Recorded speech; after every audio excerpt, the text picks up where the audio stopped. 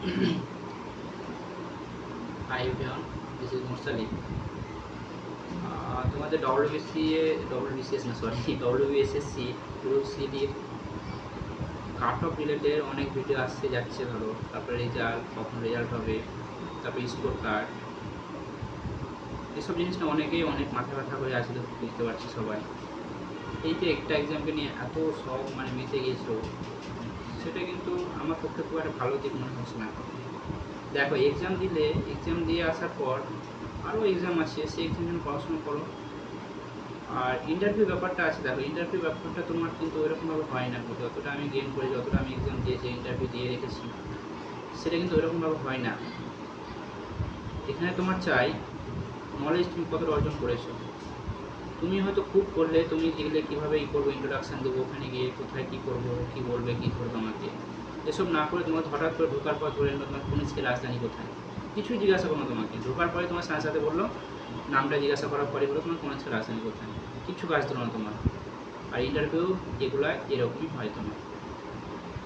WBCS কথা বাদ দিচ্ছি, কিংবা ইউপিএসসির কথা বাদ দিচ্ছি, কিন্তু নর্মালি যেগুলো অন ডে এক্সাম আছে, সেগুলো এক্সামে এরকমই হয়। আর রইল বাকি কাট অফের কথা। কাট অফের প্রেডিকশন কারো করার ক্ষমতা নেই। ইভেন যে এসএসসি চেয়ারম্যান আছে, সেও কিন্তু বলতে পারবে না কাট অফটা কত যাবে।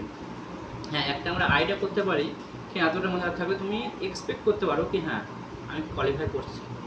এবার দেখো, এখানে তো আর মেন নাই খো, কি মেনের জন্য তোমাকে পড়াশোনা করতে হবে। যদি গ্রুপ সি এর কথা বলি, এখানে তোমার ইন্টারভিউ আছে। ইন্টারভিউ কী থাকবে, তোমার তুমি যে নলেজ অ্যাক্টিভেট করে রেখেছো সেটাই থাকবে। আর কিছুটা আছে যে কোয়ারের মধ্যে কীভাবে এন্টার করতে হবে, তারপরে কীভাবে কথা বলতে হবে, ওখানে গিয়ে কীভাবে বসতে হবে, কীভাবে সম্বোধন করতে হবে, এসব কিছু শেখার আছে। এগুলো তুমি পরবর্তীকালে রেজাল্ট বেরোনোর পর শিখতে পারো, কিংবা এখন নিজে ঘরে বসে আয়নার সামনে বলে অভ্যাস করতে পারো অল্প অল্প করে। আর আমার মনে হচ্ছে এসবের দরকার নাই। আর রইল group C DA. Group C থেকে যেটা ইম্পর্টেন্ট ভাইটাল জিনিস আছে, সেটা হচ্ছে টাইপিং টেস্টটা।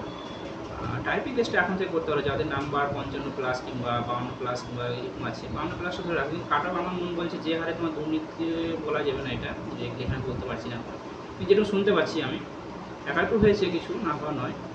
তো ওসব দূরেই থাক। প্রতিটা পরীক্ষায় আমাদের এটা ওয়েস্ট বেঙ্গলের হয়ে গেছে, বুঝলো না কি, সব জায়গাতে এটা হয়ে গেছে, কিছু না কিছু কোশ্চেন আউট হবে, কিছু করার নেই, কোশ্চেন আউট হতে বাধ্য তোমার, ওর মধ্যে তোমাকে চলতে হবে, কিছু করার নেই। তাও কাট অফ যে হারে কোশ্চেন ছিল, গ্রুপ সি কোশ্চেনের কথা বলছি, 4-5টা কোশ্চেন ছিল একটু স্ট্যান্ডার্ড কোশ্চেন ছিল, 4-5টা কোশ্চেন, যেগুলো তোমার সবারই পক্ষে পড়া সম্ভব নয়। আর যদি বলো আমার কত স্কোর আসছে, আমার স্কোর আমি ভাবিনি কি এতটা হবে। আমারও কোশ্চেন ইজি ছিল, তো হয়ে গেছে ঠিকঠাক। বলছি না স্কোরের কথা বলছি না, আমি স্কোর ভালো আছে, যথেষ্ট ভালো আছে। তাই যদি কাট অফ যাক না কেন, পার্ট 1 হয়ে যাওয়ার কথা আছে। এখন না হলে কিছু করার নেই। যদি তোমার ওই রকম হয় 60-60 চলে গেল, তাহলে কিছু করার নেই না। আর গ্রুপ ডি সি এর কথা বলা হচ্ছে এখানে। সি এ তোমার যে হারে কোশ্চেন ছিল, কোশ্চেন লেভেল কিন্তু গ্রুপ সি থেকে গ্রুপ ডি এর কোশ্চেন যথেষ্ট ঠিকঠাকই ছিল। কিন্তু সবার মুখে যে সব শুনতে পাচ্ছি, সবাই ওই 39-40 বলছে, ওই পার্সেন্টেজটা আমার মনে হয় না অতটা আছে, কিন্তু বলছে যখন কিছুটা আছে, কিন্তু কাট অফ অত যাবে না। খুব ম্যাক্সি হার্ডলি যদি যায়, তাহলে ভেতর কিছু বলতে পারছি না, কিন্তু আবহাওয়া কোশ্চেন দেখে আর মনে হয়েছে যেটা আমার, হ্যাঁ এটা বলি না আমি যেটা বলি সেটা পারফেক্ট, সেটা না, আমার আইডিয়া থেকে বলছি, আমার কোশ্চেন লেভেল থেকে এত এক্সাম দেওয়ার পর এই কোশ্চেনে যে হারে ইয়ে আছে, তোমার কি বলছে ভ্যাকেন্সি আছে, এই কোশ্চেনে তোমার কাট অফ যদি খুব বেশি গেলে 36 যাওয়া উচিত। বেশি চলে গেলে যাওয়া আসে না আবার, কেন ভেতরে কী হয় কিছু বলা যায় না। তো আবার ওয়েস্ট বেঙ্গলের ব্যাপার আছে এখানে। ওয়েস্ট বেঙ্গল কি সবারই কথা, শুনে আমাদের রাজ্যকে দোষারোপ করলে হবে না, সব রাজ্যের খুব কোনো একটু ঘটে। আর যেটা বলার কথা, এসব নিয়ে বেশি মাতামাতি না করে বিভিন্ন সামনে যেগুলো এক্সাম আছে, আরও এক্সাম আছে, তো কত এক্সাম আছে, রেলের এক্সাম আছে, গ্রুপ ডি আছে, রেলের এনটিপিসি আন্ডার গ্র্যাজুয়েট আছে, তারপরে সামনে আরও ধরো ওয়েস্ট বেঙ্গল পুলিশের যেগুলো রিক্রুটমেন্ট আসবে, ধরো আসবে, শিওর আসবে, যতই হোক যে গভর্নমেন্টে আসবে না কেন, তোমাকে ওই নিয়মে নিয়োগ করতে হবে। যেমন কী বলছে কনস্টেবল আসবে, আবগারি আসবে, যেটা শুনতে পাওয়া যাচ্ছে, ওসবের জন্য প্রিপারেশন না। এসব জিনিস নিয়ে বেশি করলে হবে না। হ্যাঁ করবা, যদি রেজাল্ট বেরিয়ে গেলো একটু কোয়ালিফাই হয়েছে, তখন হয়তো একটু বললো। আর টাইপিংটা যাদের নাম্বার ভালো আছে, 55-এর উপরে আছে, তারা টাইপিংটা ভালো করেই করে একবারে। টাইপিংয়ে ওখানে কিন্তু অনেক কিছু চেঞ্জ হবে।